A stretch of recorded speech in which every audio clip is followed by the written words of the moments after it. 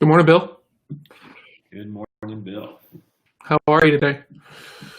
Good. Good. A little sore. Having some neck, kind of not slide back, but I've been feeling good the last few days, and then today I woke up a little tight again. So otherwise, I'm good. How about you? I'm okay.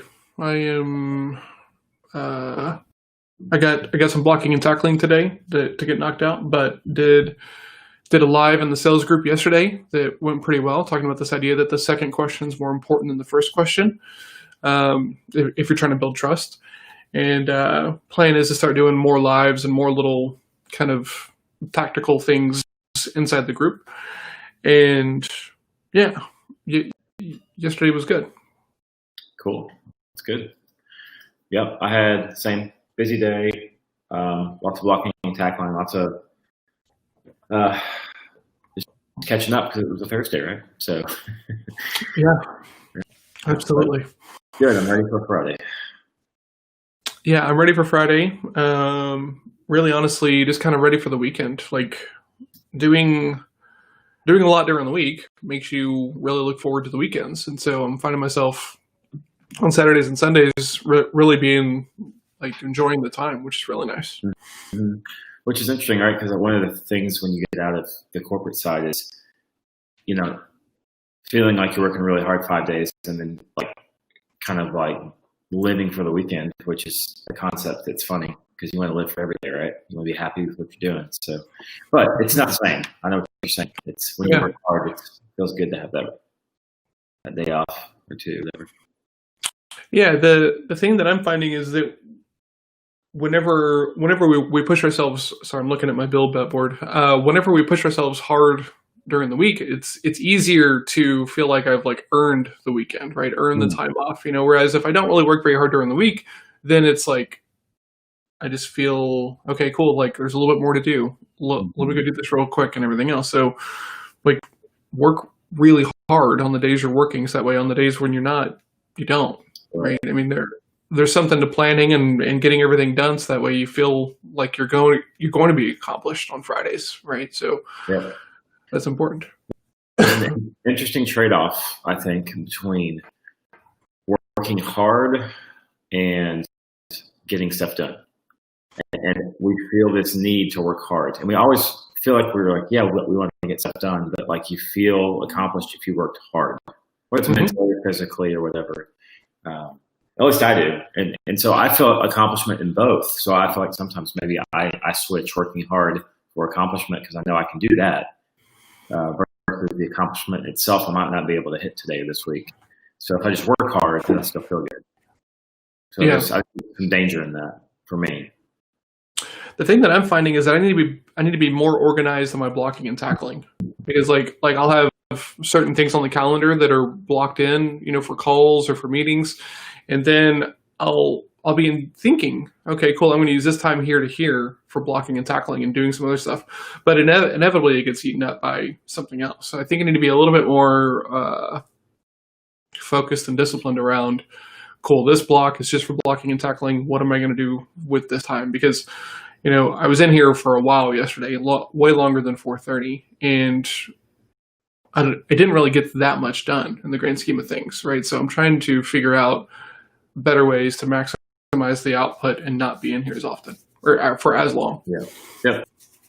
Agreed. Cool. Well, I want to give a shout out to my boy Brandon Sheets from college, one of my frat buddies from college. He reached out. I haven't talked to him in 20 years, but he saw the BIL show and he was like, "Bro, BIL's energy, I love it." And so he just reached out, and I got on a Zoom call with him while he was driving home yesterday, and it was really good to connect. But he just said he really liked. He said during COVID, it's been interesting. He's seen a lot of different people kind of roll over and die, and he's like, he just really likes that there's some people out there that are going, no, it's just another part of life. We're still going to hit hard, Yeah. So it was good to talk to him and good to hear some feedback. What's crazy is how these platforms work, right? Because I have people who follow me, right? And like my stuff and engage and things like this. And then on Monday, I shared my BIL status on Facebook of saying, okay, John's logging off of work for the day. And then someone was like, what is BIL? And it's like, how do you, I mean, it's because I feel like I'm endlessly promoting myself, right? And just wearing everybody out with all my stuff. But then I hear a question like that. I'm like, I don't even know what this is. It's like, oh, dang it. Let's get over to email as soon as possible. I've got to get off of these social platforms is my main prospecting method. So question for you, Mr. Jordan, about this very idea. Okay. I've got a content play idea for adaptive growth that Melissa and I talked about yesterday, and I think it's good, but I need some input on it. All right. Ready? Yep. Okay. So lots of different CRMs out there. Lots of them. I mean, arguably way too many. Mm-hmm. So what I want to do is put together, hey, look, there's a lot of stuff to set up, a lot of things to do, but you need to get going. And here are the top 10 things that you need to set up before you do it, and call it the branded like AG CRM setup, right? Adaptive growth. And talk about why these 7 to 10 things are the most important things in my setups. And then what we do is we give that away as a lead magnet. And then what we do is we do like videos or guides or handouts about how to set up the AG setup in Pipedrive and HubSpot and Zoho and ActiveCampaign. And we just go around the horn doing really actionable, okay, cool. Like if you're trying to do the AG setup and just like hit the ground running, here's how you do these things, right? And put together these guides for these different CRM platforms so that way you're setting up the things that are necessary. So here's my question. I think it's a good idea. I'm trying to frame this for people that maybe trying to do something similar to what you're doing here. Yeah. Is the reason that you're doing the AG setup for these CRMs because one of the pain points you hear often is these things are just a beating to set up, so I just haven't done it yet. Yeah. Okay, so that's the top.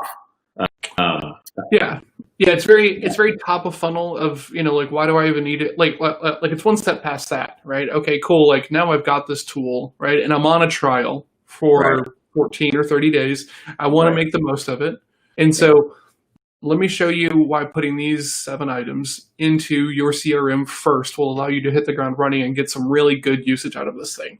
And then you have forever to tweak it and polish it, and we can help with that if you want. But this is how we set it up, and we won't use a tool if we can't get this functionality out of it. It's automatically disqualified.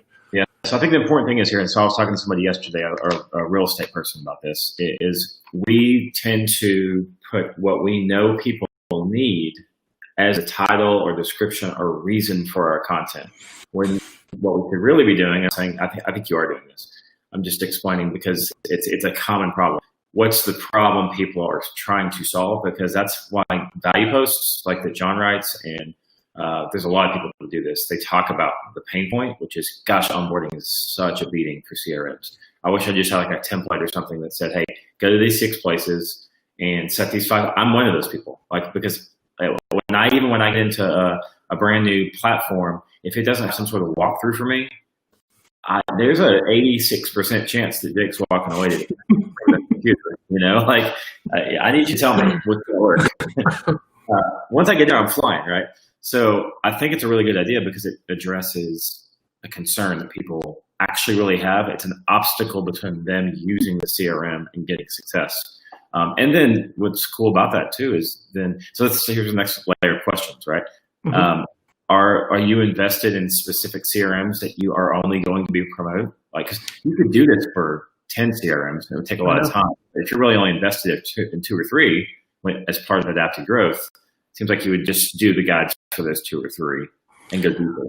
Well, So I'm on the fence about that, right? Because I'm a partner for a couple of different CRMs, and then there's many that I'm not, right? So I'm kind of conflicted about do I only put out the guides for the ones that I'm a partner for, mm-hmm. or do I just say we'll do 1 guide per month, and each month is going to be a new CRM? Because I could outsource this fairly easily, right? I hop into Loom, I'm recording my screen, I'm talking through, cool, here's my email setup, here's my calendar setup, here's my scheduler setup.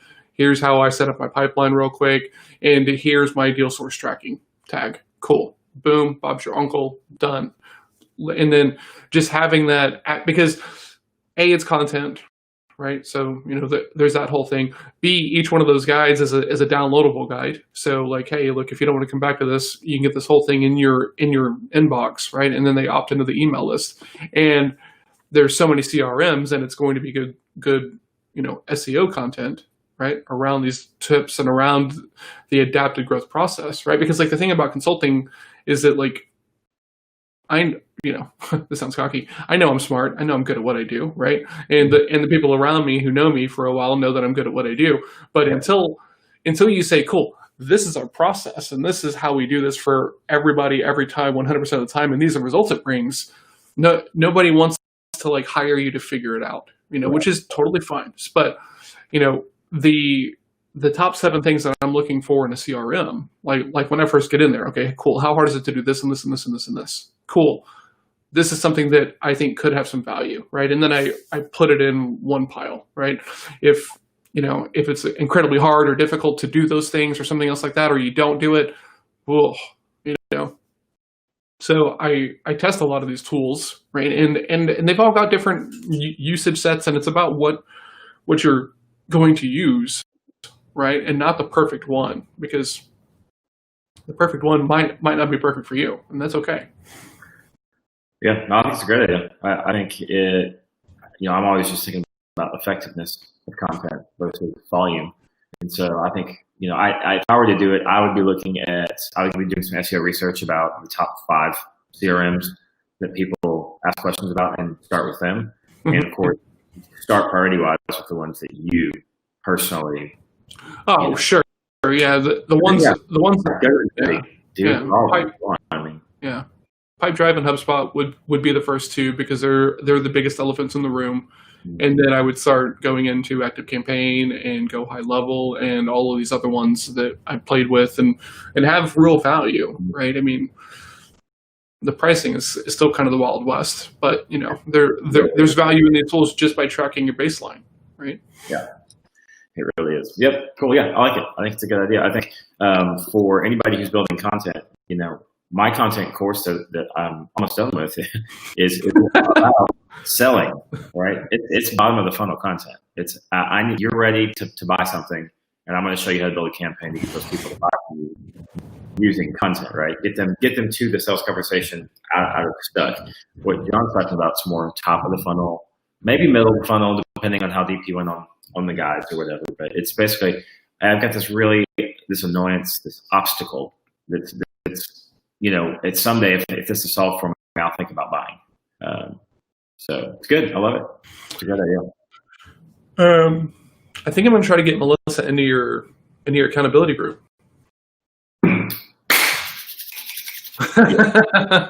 She doesn't know this yet, but okay. We were talking about the new 12-week period starting on the 1st, right? And so we were kind of talking about some content in place. I laid out this whole idea to her, and she was kind of like, okay, but didn't really. There's a gap in there somewhere, so I need to go figure out where that gap is. But then I was thinking, like, it's so hard to coach your significant other. Like, it is. I don't recommend it. Yeah, it's hard to do it well. Okay, it's really easy to do badly. Yeah. So, and I sometimes do it badly. Thank you. And so I was thinking that this could very specifically be somebody else, my BIL, holding my partner in the business and in life like accountable, and also helping her, right? Because she's really good at what she does. I just need to get her out there a little bit further, right? Just kind of push her out there, and I need somebody who's not me to help her do that kind of stuff. This is a little bit of inside baseball, but I think it's valuable, right? So I think there is the clarity purpose exercise we talked about. And for those that don't know what that is, there's an activity kind of like a Simon Sinek, except more practical. Like, what is like your big why and the purpose of who you're serving and how you specifically serve them. And then once you kind of do that stuff, you look at your current actions and go, am I actually living out this thing I say I want to help people do? do my practices and actions and processes actually map back to what I say my purpose is as a business, right?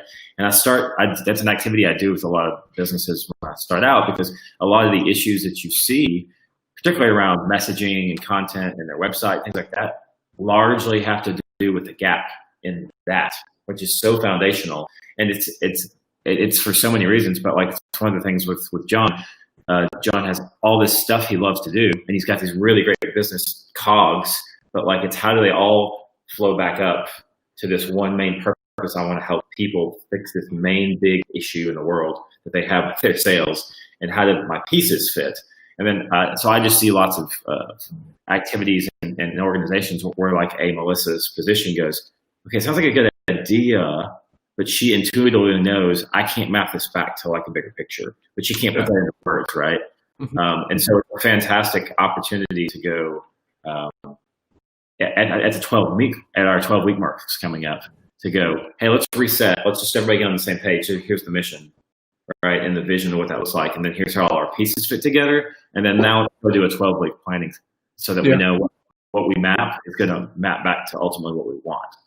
So that's kind of like the 10,000 feet, really fast version of the type of workout I like doing. So I love it, because then when you put somebody in an accountability group that doesn't have a mission, that they're really clearly tied to, or has a 12-week, just a 90-day goal, you can map to that really easily. Mm-hmm. It's just tasks and accountability. But when you can connect it to purpose or mission, you become like unstoppable. It's like this incredible, amazing thing that happens.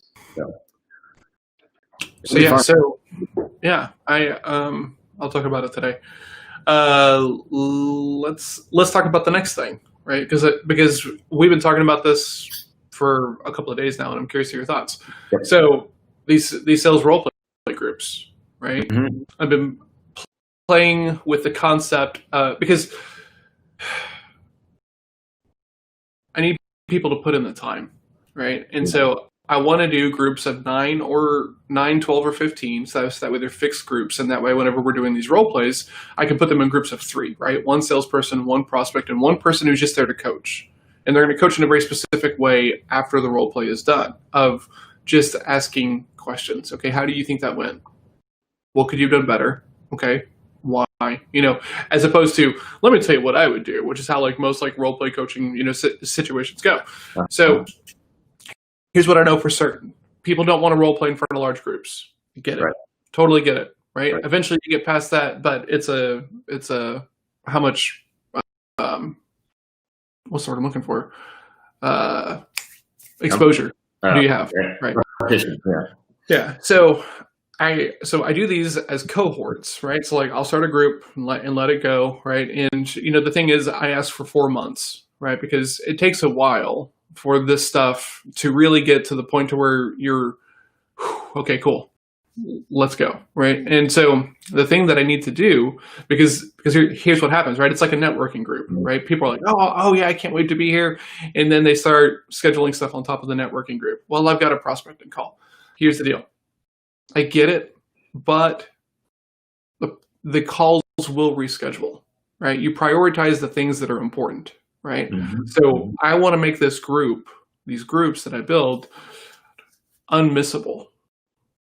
So that way you're there for the practice, right? Because here's the deal, right? If you're on a soccer team and you don't show up to practice, you don't get to play the game, right? Like if you show up on Saturday morning looking all awesome in your jersey and your shirts and everything, but you haven't been to practice all week, you're probably not going to play. Right. But salespeople do this all the time. Like the ridiculously small amount of practice that some people get around this thing that makes you money, like, oh my God, makes you money, is astounding to me, right? Yeah. Because they're just like, I'm just going to show up and I'm just going to talk and it's going to be awesome. No, it's not. Yeah. So I'm looking for you right now. So what I'm thinking about doing is making these groups cheap. Like $100, $150 a month, right? Is kind of the kind of thing that we've been talking about. Mm-hmm. However, if you miss one due to bad planning, not prioritizing your time, or inserting, because like, man, I get vacations, right? And I get that emergencies happen, but you chose to let this meeting happen at this time and schedule on top of this other thing. So unless it's like a moonshot, you can move it, right? And one of the best things to do is there's this idea that I first heard about in Sandler. It's called equal business stature, right? Which is not the concept of not, swinging up and putting them on a pedestal and putting you down. And the thing that I think about it as now is like there's two ways of that, right? Because like a lot of salespeople go the other way and they try to put themselves on a pedestal and then talk down to the prospect, which is not awesome.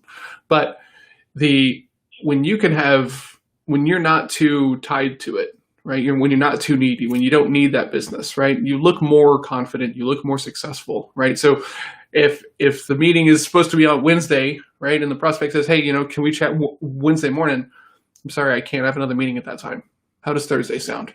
As opposed to, yeah, sure, absolutely, I can meet then. How long should we meet? Right? There's a difference there, right? And I understand that I'm changing my tone a little bit, but that's how it sounds to the person that you're talking to, right?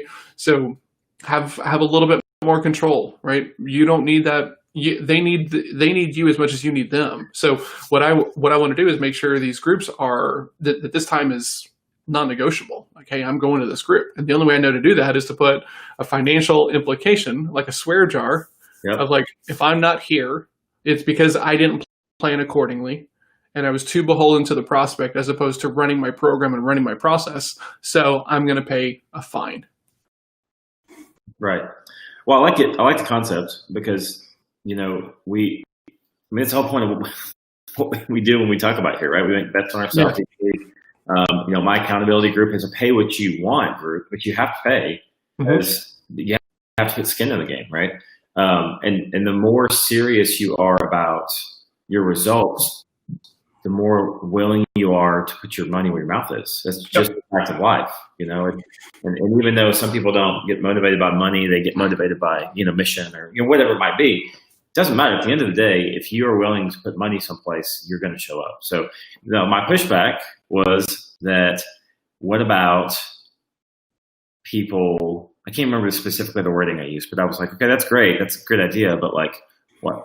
Is that really something is that going to keep people from joining your group? Is that okay? Oh, probably.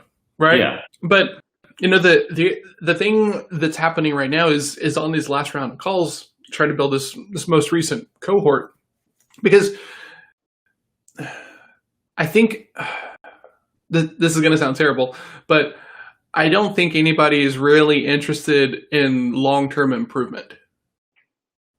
I think that group of people is such a small segment, right? And it's martial artists, it's sports people, it's people that have been forced into something to where there is such a refinement loop, and you get to where you're going by endlessly refining that they get it. But there's a lot of people that have not had that exposure, right? They weren't, a martial artist, a select player, or any of these things that took a lot of practice. Right. So they have it in their skill set, right? If they're a developer, if they're a coach, consultant, whatever, agency owner, but they don't think about it in sales because one of two things happens. They either think, this is something you're born with, right? It's just like a natural talent, or they think, I can just figure this out. People like me, and it's like, stop. So can you do a value post for me or 5 on that concept? Can I do a what? The value post. Like, I feel like that should be something that's part of your monthly rotation for value posts, because the people that you see successful out there as entrepreneurs, oftentimes, like as a trend, I'm not saying everybody, I'm not washing everybody in one stroke or whatever, but like you see former athletes or select level athletes, right? Highly successful athletes. You see special forces, military. You see, like, you just go down the list, right? And these are all people that, what you just said, they were invested in mastery. Like, they knew that every day they were like polishing the edge of an arrow to make it sharper and sharper. Like, and that became their lifestyle, so that when they came into business, it was like, well, you do business this way too. Mm-hmm. There's no difference. I'm just taking the concepts that made me successful here and moving them over here. And I feel like so many people make the assumption that it's because they're a really talented person. They're a really good athlete, so they must just be really talented. So they're really talented in business too. Yeah. No. Not it at all. I would almost say it's 80-20 the other way. Yeah. I'm silly. You're I not. remember. I don't think I've told this story on here, but I was doing kung fu, and I was very early on. Right, I was a beginner student, and I'd kind of become friends with my arguably one of my best friends, Matt. And so he was already an instructor, killing it. He found this stuff at 17, and just like almost like moved into the school. Like he was there so often. And so by the time that I get there, he's already like instructorship. He's red sash. I mean, pretty legit guy. And I was like, one day I was frustrated, and I was like, man, you don't get it. You're talented at this. And he got pissed. He got real pissed, and he was like, man, fuck that. Pardon my French, but he was just like, he's like, that's BS. And I said, why? And he's like, dude, like this doesn't come easy to anybody, right? It's work and it's effort. And then I was like, okay, man, cool. But like in the back of my head, I was still like, talented dude. And then you fast forward 6 or 7 years, right? I hit my instructorship in 2010. I think I might just share that video today, right? Because I've been talking about martial arts this week. I think I'm going to try to like show like where practice actually gets you, right? Kind of idea. We'll see if I actually do that or not. I'm a little nervous about sharing that video just publicly, but we'll see. So the so then cue to 5 or 6 years later when I'm a red sash and an instructor, and someone comes up to me and they're like, well, yeah, John, you just don't get it because you're naturally talented. And I was already down that same path as Matt was whenever I did the same thing to him without even realizing it. And then I had to stop myself and be like, look, the only difference between you and me is time and reps. Mm-hmm. And that's it for everything, right? Like somebody messaged me the other day and they're like, how do you put out so much content? And it's like, I don't even really feel like I'm putting out that much content, and then I go look at the Trello board with all the content and all the different things. And okay, well, I need a little bit more of a nudge, I think, because I can just show it's Ben.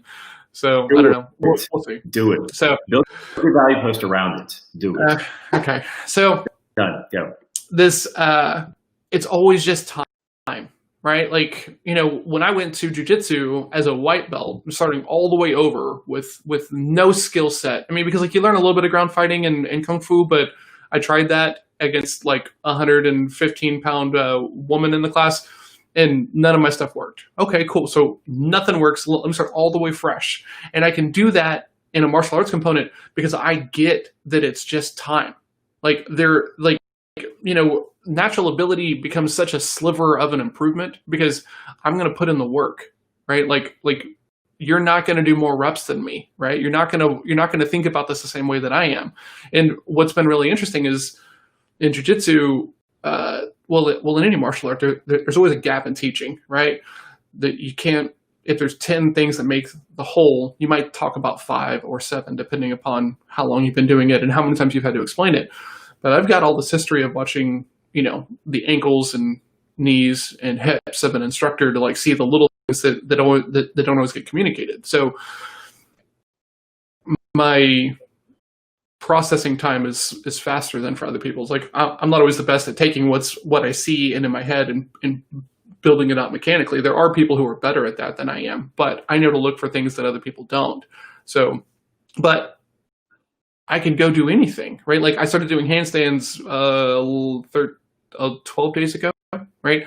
And this one guy was like, come do handstands with me. I was like, okay, cool. So I just showed up and he showed me some stuff, and now I've been doing it at home, and I've been videoing this every day, right? Like I video a little bit of my practice because it holds me accountable.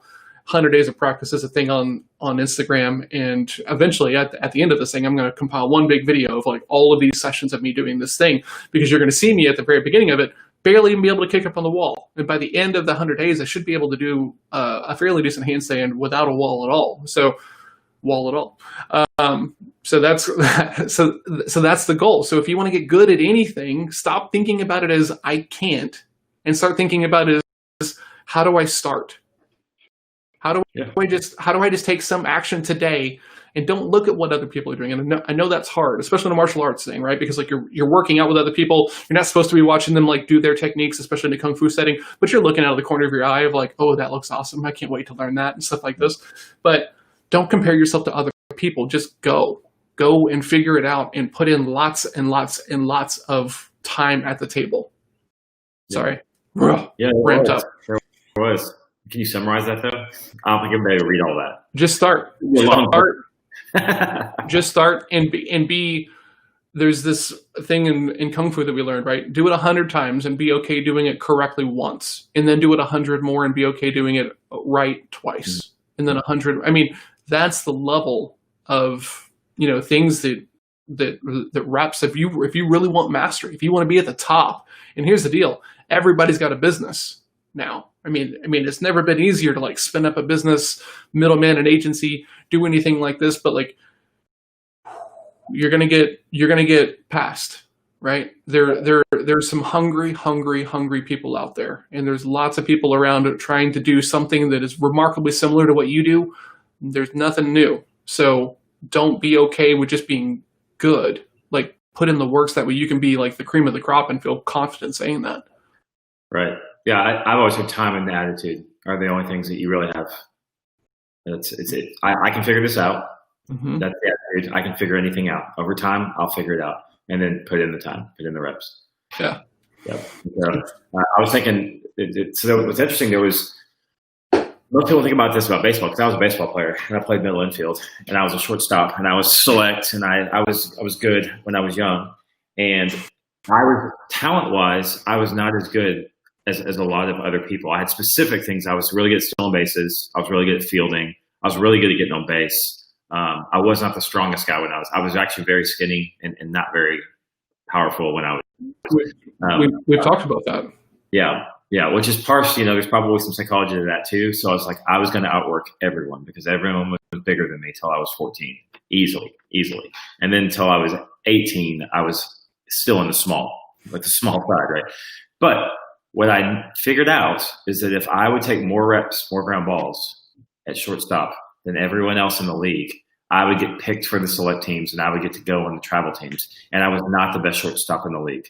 But I knew my technique so well. I knew where my hips had to drop to get 3 different types of ground balls. I knew my hip height. And I would watch the ball come and I would adjust my hips based on the bounce of the ball. And 99% of the time, I would get to the ball. Mm-hmm. And that was when I was 13 years old. No one else was thinking like that because they had not put in the reps to go, oh, my hips need to change, right? They were going, oh, I need to get faster. I need to run harder. It's like, there's limits, but technique over time. So it's cool that I learned that at such a young age, but it was only because I knew I had to. Otherwise, I wasn't playing select ball. And I'm trying to figure out when I learned that for myself. And man, I think it was Kung Fu, right? Like I didn't really play sports. I was a band nerd, marching band. And then I wanted to go do drum and bugle corps, which is like kind of semi-professional marching band, but couldn't afford to do it. And honestly wasn't good enough, I would say. And then the army was, the army and then, but Kung Fu, right? Of just like, the thing we talk about in Kung Fu is just suck a little bit less, right? Just do one more and suck a little bit less, right? And like that was the goal, right? Like just and there, one of my good buddies, Vic, he'd already been there for 12 years whenever I got there, and we're still really good friends. So he would just walk by, and he's kind of like the enforcer of the school, right? So he's just walking by, scowling at you, know, mm-hmm. And then he'd walk up to you and he'd be like, "Hey, that didn't suck as bad as it did on Monday. Good job." And then he just walk off, right? Just that tough love coach, guy. Mm-hmm. But it was there. It was just putting in those reps. And I can tell you the 5 times that I left that school and I was like, I'm not going back. This is a waste of time. I hate this. I'm not getting anywhere, yada yada yada. But still, the next time I was back, because eventually it gets to the point where you just say, like, this isn't going to beat me, right? Like this is not going to be the thing that I can't do. So that was where I was with Kung Fu. But there's a lot of other elements to Kung Fu that also helped with that. You have to teach a lot, and teaching makes you better at the skill itself, right? Yep. So when you have to explain something to like 3 different people and they all learn three very different ways, you're going to come out of that thing knowing it better because you've had to explain it in such weird ways, right? Most people just try to regurgitate the way that they learned it the very first time, and that doesn't always work. So sometimes you have to adjust. So that's where real love for like teaching and coaching like came from was Kung Fu, right? But seeing everybody struggle and have frustrations and then get past it and then the next thing, it's like, oh, I like this, you know? So. Yep. Cool. Well, let's talk about next week. Let's talk about next week. Yeah. What do you got? I'm going to say, so I put too much on myself with this course. Like I bit off more than I could chew when based on what I thought I wanted in my head. And that's one of my own shortcomings that I know I have, is I project my expectations for things are much bigger than what I can actually accomplish in a week or a month. So I have an opposite problem of most people, is I put, like you and I have that same thing, is we put too much on our plate. Because we can do it. We'll get there. I'll work extra hours, or we'll find somebody who can help me solve this week, and we'll get it solved. You know, which is a fantastic trait, I think. But it's also a killer when you're trying to meet goals and you're still trying to have a life. Yeah. So I want to get this course done. I'm not as far down the path as I hope I would be. I've finished the goals that I said, but my expectation levels are still pressing on me. So what I need to do is set myself a goal next week that is achievable, that will get the thing out the door by July 1st. Okay, hold on. Can I help? Sure, absolutely. Okay. How many sections are in this course that you're 7. trying to do? 7. Okay, are you missing any sections? No. Is there video that accompanies the content? Yeah. For each one of those sections? The video is the content. Okay, so the video is the content. Okay. What do you need to put this in front of people as an experiment? Right. Yeah, that's the right question. So I need it posted on a web page and password protected. Okay. I need a device, which I have. I need content that is complete, like meaning there's no, we didn't finish the concepts for the video, right? That's what I was missing, because that's where I bit off more than I could chew. Is I undid some things to redo them better. And you did them worse? No, but because I undid some stuff, I undid too much. I left too big of a gap for me to have to fill back in. Versus like, oh, let me tweak this, and it's like I took a chunk out of like 3 big sections of the course because I felt like it could be done way, way better from a teaching standpoint. It was too much work. I should have done that in phase 2. I should have put out phase 1. Yeah. So let's dial this in, right? Because this is the jam. And here's the deal. If I had come to you with this exact problem, you would give me this exact same advice, right? So let me help you out. Right. Launch it. Yep. Like get it out there. Yep. Like, yeah, it's launching. It's launching July 1st. It's done. Okay. It's going to happen. I'm not losing that bet in my own group.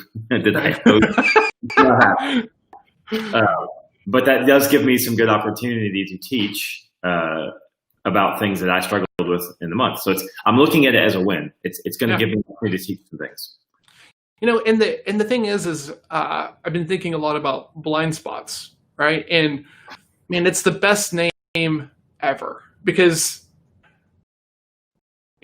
like when you talk to someone else, right, and they're being somewhat snarky, right? Like when I come home from a poker game, right, and Melissa's like, "Well, how'd it go?" It's like, "Well, I was up and then I lost," and she's like, "If only you'd left when you were up." And it's like, you know, when I come home with $200, right? Like, okay, cool. I like booking a win, but no one ever says, "Why didn't you quit at 600 when I come home with $1,000?" Like nobody ever thinks about it that way. So right. That's important, right? Yeah, man, you just gotta go. You gotta launch, right? It has to. And I lost my thread there in the minute, and because I started having like a flashback of like being in the room and shuffling chips and the sounds and all that stuff. Right? Yeah. I got a little bit lost in there. My marketing mentor of sorts, you know, from far away, Seth Godin, would say, "Ship it." Ship it. Because, blind spots. You don't know what's on the other side of that thing. I mean, you can't even conceptually fill that gap because it's a blind spot. You can't even look for it. So whenever someone is like, well, why didn't you just do that? It's like, because I didn't even see it as an option, man. Like, right. Yes. I'm facing this way. It was over here. Yeah. I can't see that way. why didn't you go into business earlier? You'd be much further along. Because I didn't know it was an option for me, right? Like I was seeing other people doing it, and I was like, good for them, they're talented, and I'm not, and all these things. And then you just realize at a point that like, oh, and then like this other level of awareness happens, right? And this is everything. Like, you know, I've been playing a lot with like these like phrases and sayings, you know, that are very, very popular because, you know, for a long time they weren't very impactful to me, but now they are, right? Like what doesn't kill you makes you stronger is one that I've been journaling about a lot because like I used to just think it was like a cheesy line, right? And I know there's other people out there that are hearing me talk about this and like, oh, John, that's cheesy, but it's true, right? Yeah. I am stronger now than I was in January because I had to go through this COVID stuff, right? Stronger now than I was in January because I took a big hit in my revenue and I'm still okay. Right. So you start to chisel away at this stuff and you know, blind spots are there, but somebody else helps you find them because you can't even see them for yourself. This is why coaching and accountability are such important things, right? Everybody who I talk to who's like, oh, John, these role play groups like sound good, but I'm probably okay. I can't make them get to the point to where they say, you know what, I should really practice this. Like you got to go get kicked in the teeth enough times that you're like, oh, now I'm struggling. Maybe I should take John up on his offer because maybe I'm not as good as I think that I am. Yeah. And that's exactly why I think that it would be good for you to put that in monthly rotation because people have to hear that over and over. Over and over and over. I mean, just like the concept itself. Yeah. I mean, with when communicating, repetition, leaders repeat. That's a concept I learned this year, like in that phrase, is that leaders repeat. It's so true. You know, like Dirk is one of my favorite basketball players of all time, right? And one of the things that I love about him was his free throw practice. Like dude was rock solid from the line. And the reason why was because he wouldn't leave the court until he sank 100 in the row. So if he got to 99 and missed the last one, you start over, right? Isn't that insane? If you did that? Huh? So isn't that insane to think that that's what Dirk Nowitzki did, even when he was in his 11th year or whatever it was? You know, it was a priority. Yeah. Right. He was focused on what he could win at. How could he have the biggest impact in his role? Right. Tall guy. He's going to get fouled a lot because he's a center. Yes. Dude better be solid at the free throw line because you know who wasn't? Shaq. Like, not a good free throw shooter. Right. Yeah. Magnificent player, but you know what can you win at? Like where does it make time to invest time? Or where does it make sense to invest time so that way you can level up in a way that is most impactful to your role? Jake was saying this a minute ago. He wasn't the fastest, he wasn't the biggest, but man, he had his hips dialed in. He knew exactly where to drop them so that way he would be in position to catch this thing, right? When you're selling, are you in position to close or are you still hoping and praying and just let me show this to you and stuff like this and being that annoying product pushing salesperson that everybody hates? Right. Go learn how to have better conversations on a regular business so that way you could show up and say, Doc or Mr. Prospect, I'm curious, you know, I've got some stuff here, but I don't even know if it's relevant. Can I ask you some questions about what I'm hearing? Right?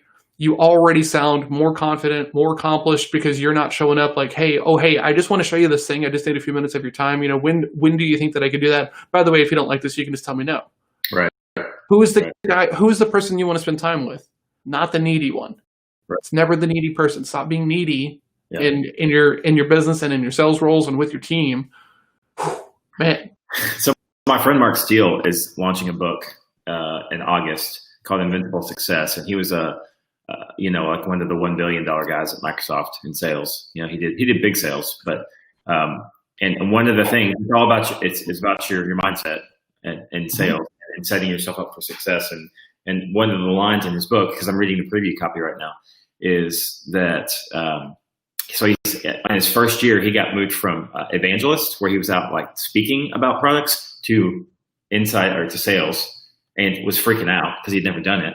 And went to his very first presentation, and it was a big financial company, and sat down and started telling everybody telling this executive about the problems that he knew his company had. And then that Microsoft was great at solving them, and this was going to be a great relationship, and blah, blah, blah. He said the guy stood up and said, "This is a complete waste of my time," and walked out. And he was like, "What? What? This is the pitch, though." So, he said he closed like 57% of his book for his first year, and he felt awful. And then he went and asked this like dude. He was like, "This guy's so talented. What's your secret?" He's like, and the guy laughed at him. He goes, "There's no secret." He's like, "I care more about what my client wants than what I'm selling. So I ask him questions about what he needs." And he's like, and then my sales went like this. Yeah, you gotta meet them where they are, right? Especially, right, because like there's this whole idea of you're supposed to be illuminating pain, right? You're supposed to maybe inject a little bit of pain, right? Is what it's sometimes called, which is essentially just driving awareness around a gap that to be recurring in your line of business. But here's the deal. They're not going to listen to you illuminate that pain if they don't believe that you're actually looking out for their best interests. Right? Nobody buys from the person that they don't trust. Right? I don't care what it is. If I rolled up in front of Jake's house with a Ferrari and said, "Hey man, this is $50," and he didn't know me and didn't trust me, he wouldn't take the car. It's stolen. I don't trust you. It's stolen. There's drugs in the trunk. There's a dead body in the trunk. Who knows what's going on? This deal is too good. Yeah. So when you're trying to make your deals too good that they can't say no, I would caution you that maybe you don't have enough trust with the people that you're trying to talk to. Right. So maybe you need to go back and get a little bit more trust. And that's where lead magnets and these things all become super important, because everything that I do is built to make sure that I'm having 5 conversations with new people in my network that are business owners or a consultant or a coach or an agency owner who might have a struggle around sales, right? If I talk to 5 people a week, I have no choice but to be successful, right? Like, I mean, even if a very small number are actually like qualified and they've got a problem and things like this.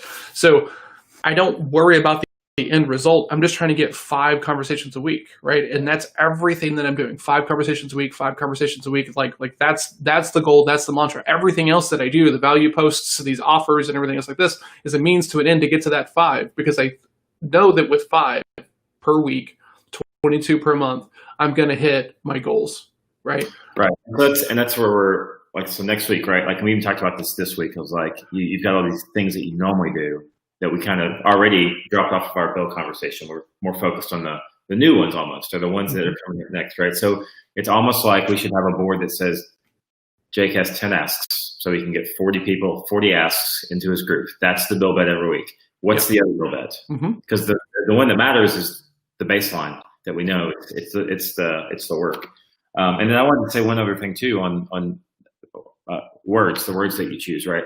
Because on the marketing side, the words that you choose have a huge impact on the way people respond to your content or your message. And inject pain versus unveil pain are 2 very different approaches.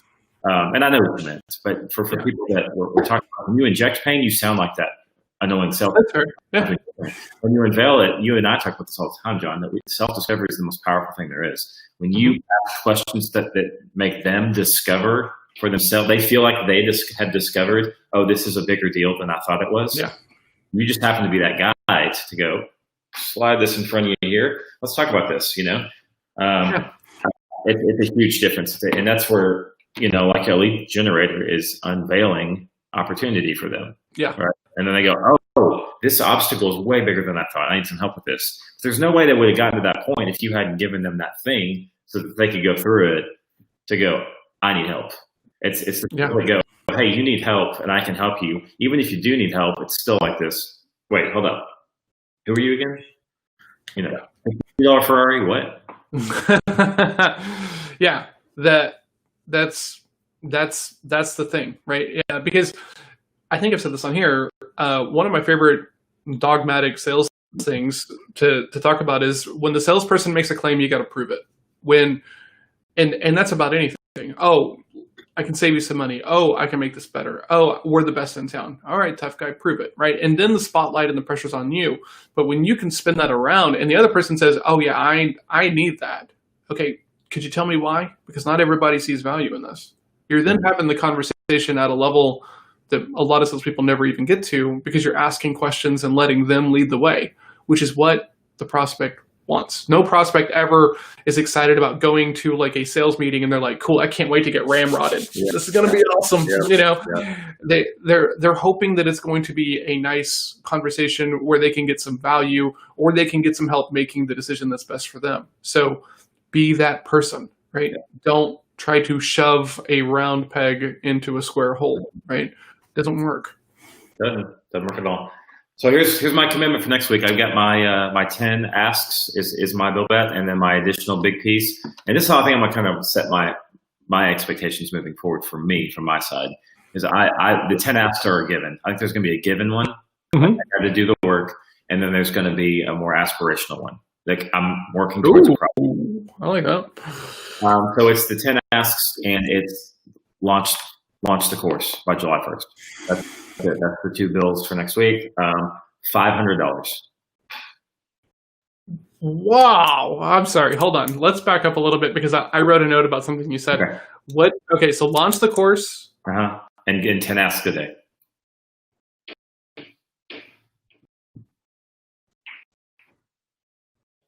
Okay, let me ask you a question. Yeah. Why 500? Because are you asking because you don't know? Or are you asking because you're trying to help everyone else see what just happened? Both. Okay. I had some head trash around it this month, and I had some blind spots, and I had some legitimate reasons to change it, but knowing that whether they're legitimate or not can get you out of productive mentality, or it can get you away from the reason that you made the commitment to begin with. Because the reason I made the commitment to begin with was I wanted a course out July 1st that was going to help people create this thing, right? And I can make that goal. I can still make that goal. What I started to pour on it halfway through the month was I can make it better. And if it's not better, it's not worth putting out.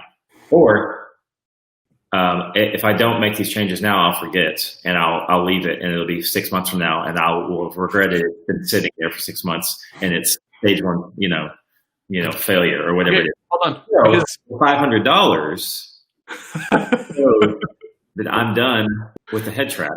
And I'm gonna make it happen. The 1st is Wednesday, everybody. Like I don't know if you guys were thinking about this, but the 1st is Wednesday. So Jake is betting $500 on himself because you gotta make it hurt, right? Because here's the deal. When you start to do this stuff, your money concept changes, right? Like I played poker full time in 2006 from January until September. And all I did was play poker for my income. So I was going to underground rooms, just playing online. I was going up to WinStar and everything else. And my money concept is still kind of weird because of that, right? Because it got to the point where I would go sit down with $1,200 at a table, right, and put it in play because that's how I made my money. But the idea of spending $150 on groceries, wait a minute, I could be gambling with this money, right? As opposed to this could be, Brandon coming in strong. That's right. So your money concept of this stuff will change, and that's important, right? Because one of the things that holds us back in business, especially in sales roles, is like uncomfortability about talking about money because we're raised to not do that. Right. So Jake is very purposefully going to make this hurt that if he doesn't hit go on Tuesday, right? Because it's got to be live on Wednesday. Tuesday, dude, I'm so fired up for you. I have goosebumps right now. This is so awesome. I love it. Yeah. So Tuesday at 11:59, this guy, my Bill, has got to have this course done and launched and like ready to go, or else, dun dun dun, it's going to get expensive. Nazis get an investment. Nazis get some money. Don't pay Nazis, Jake. Don't do it. I'm not. I won't. Okay, what do you need from me to make sure that you're good to go on Tuesday? Like how do I be the best build for you with this bet? Right. Love that. So everyone, see what he just did there. As accountability, how can I help you hit that goal? I probably need Monday morning on the show. I need you to hand check me. Okay. That's probably the big thing. Same thing Tuesday morning. Okay. This is Tuesday night. Monday and Tuesday, give me a strong hand check, maybe even a hip check. We'll just see where we're at. Okay. Ben. What do you say? Say no to Nazi gold, man. Can't do it. Yeah, exactly. Don't pay Nazis for everybody. For those that don't know, when we say Nazi, we just mean paying people we don't believe in and don't care to support. That's all we really mean. We're not going to be ugly about it. Yeah. Apparently the definition of Nazi changes a little bit depending upon the venue. But yeah. So don't pay Nazis. So I refuse to do it. I will not pay Nazis. But okay, here's my bill bet. Okay. Remember, the goal is to get 5 decision maker combos a week. Okay, cool.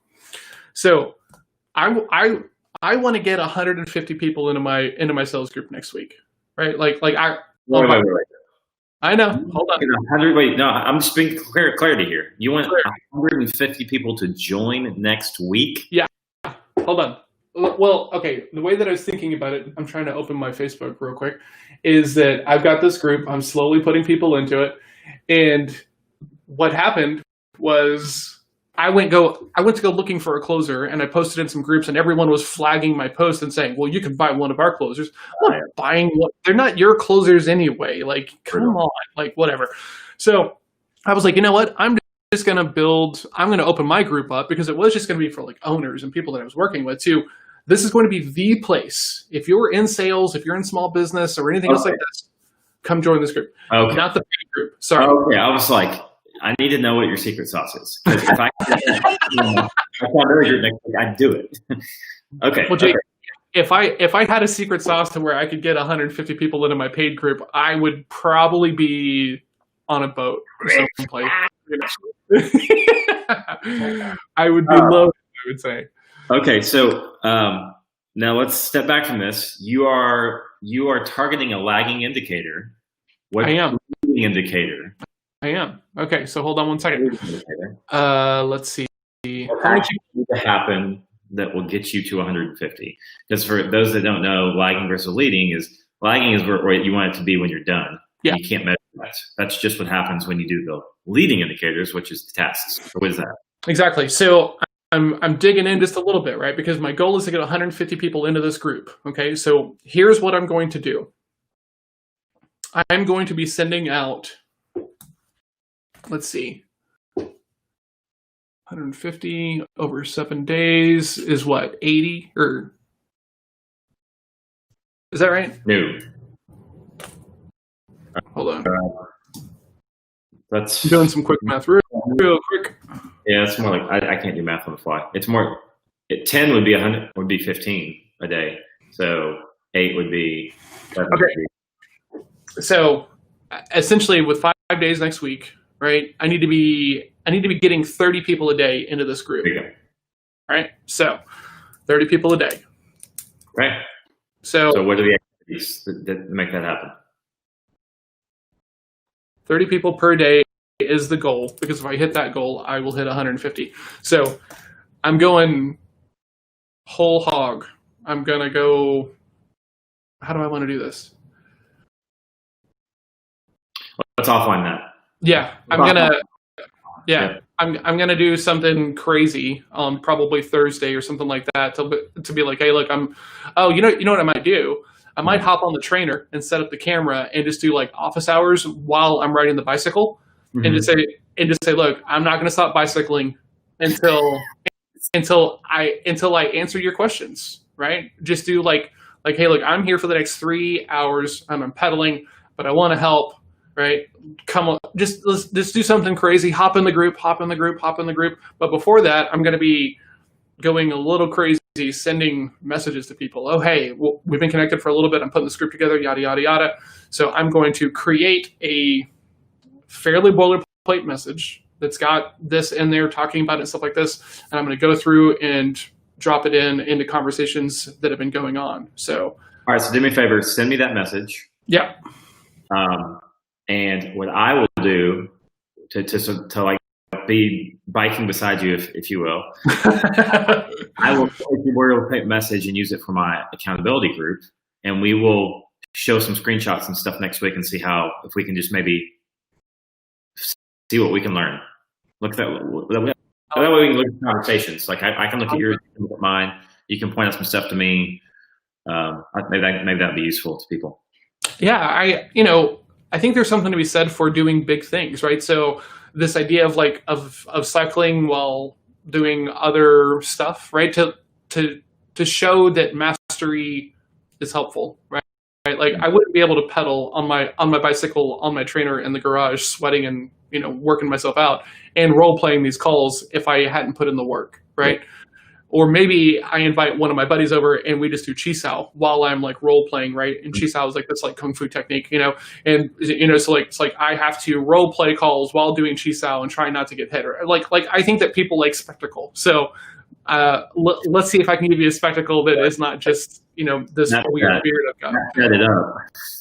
Do ridiculous things. Yeah, why not? I mean, like it would be fun, right? If I invited one of my like Wing Chun buddies over and we just did Wing Chun, and the whole time I'm having to help or coach or role play or something else like this with people while I'm still doing that, my thinking is that eventually you're just like, oh, this is just practice. He just practices a lot. Because here's the deal, I'm not that good, guys. Like I'm not. Like I have a stutter, got all these weird things, like look at this weird looking guy, but I practice a lot.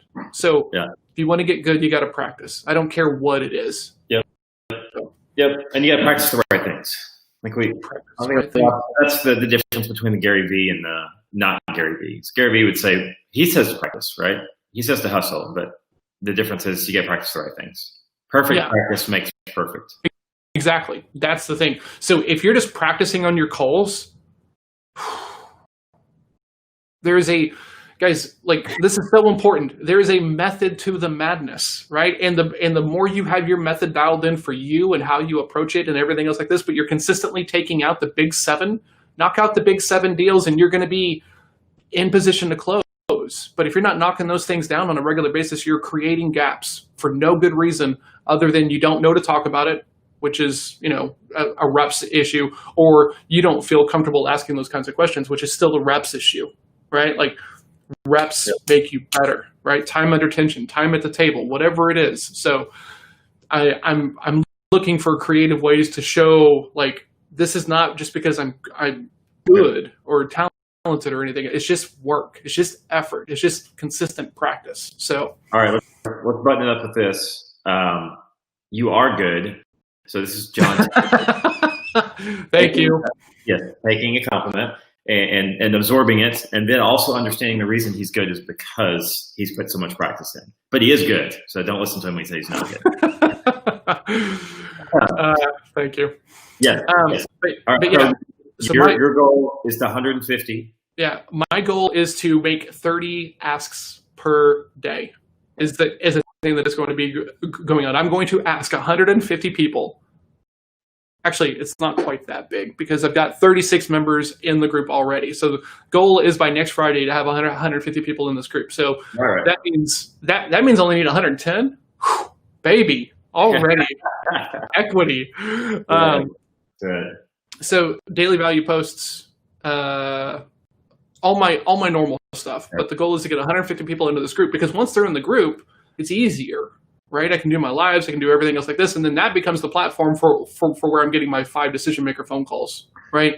Okay. So that's think about this too, because I have two questions. Yeah. The first is, if you don't get to 150 people, do you fail the bet, or do you fail the bet if you don't do the 150 asks? I fail the bet if I don't do the 150 asks. Good. Yeah, good point of clarification there. Good point of clarification because here's the deal. Outcomes we bet on work. Yeah. I can't make somebody say yes. I can't make anybody actually take action. I can't, I was going to say you hold the gun to their head, but that's, a little, I don't think, a little excessive of a metaphor. But the second thing is you said this is going to be the place where you are getting your 5 decision makers from. Yeah. How do you make this into a process? So you don't have to do mega amounts. Well, and hit the inspirational goal. This is a kickoff. It's like a launch, if you will. Yeah.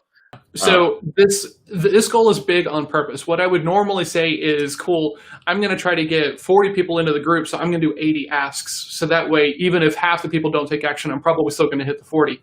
Right. This is such a big number goal that the only way that I can frame it is around the leading indicator of asks, because I don't know what the numbers, look like like yet to get 150 people.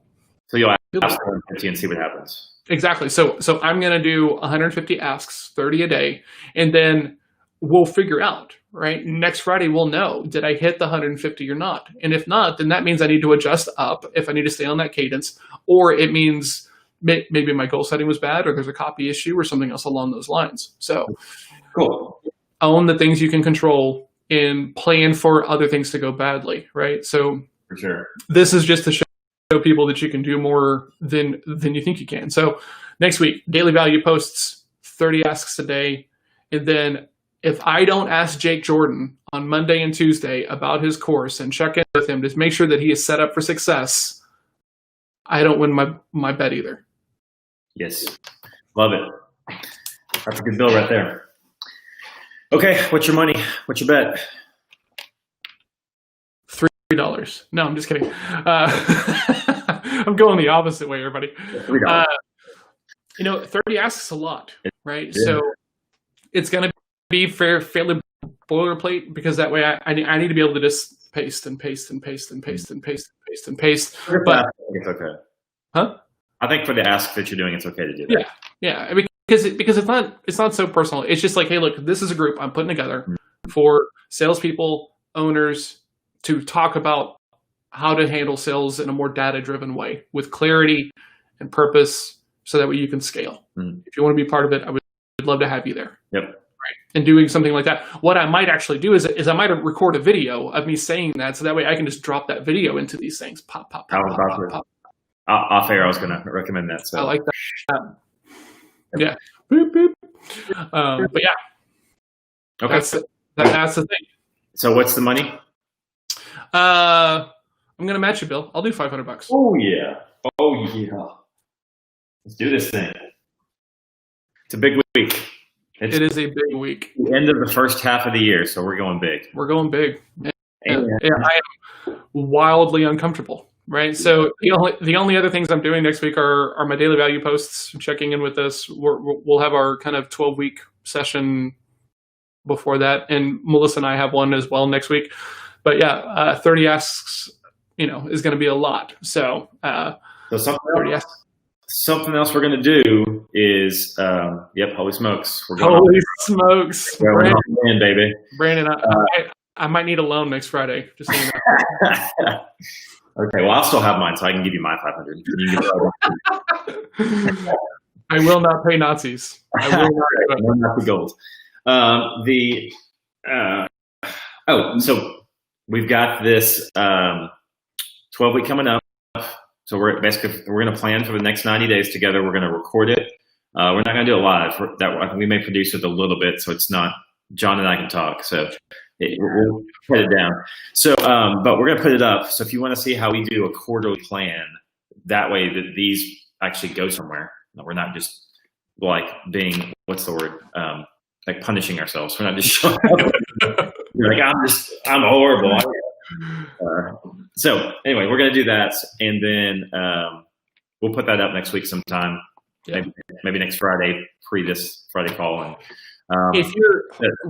if you're watching this and you're new to this idea, think about this over the weekend, right? Mm-hmm. Brandon, Ben, Gabe, anybody who's watching this, and figure out in 3 months at the end of September, beginning of October, what would be the most impactful thing for you to work on? Maybe it's messaging, maybe it's some content, maybe it's growing some sort of introductory offer to a certain level, maybe it's research, but pick something and pick it early.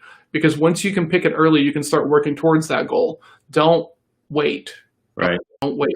Just take action.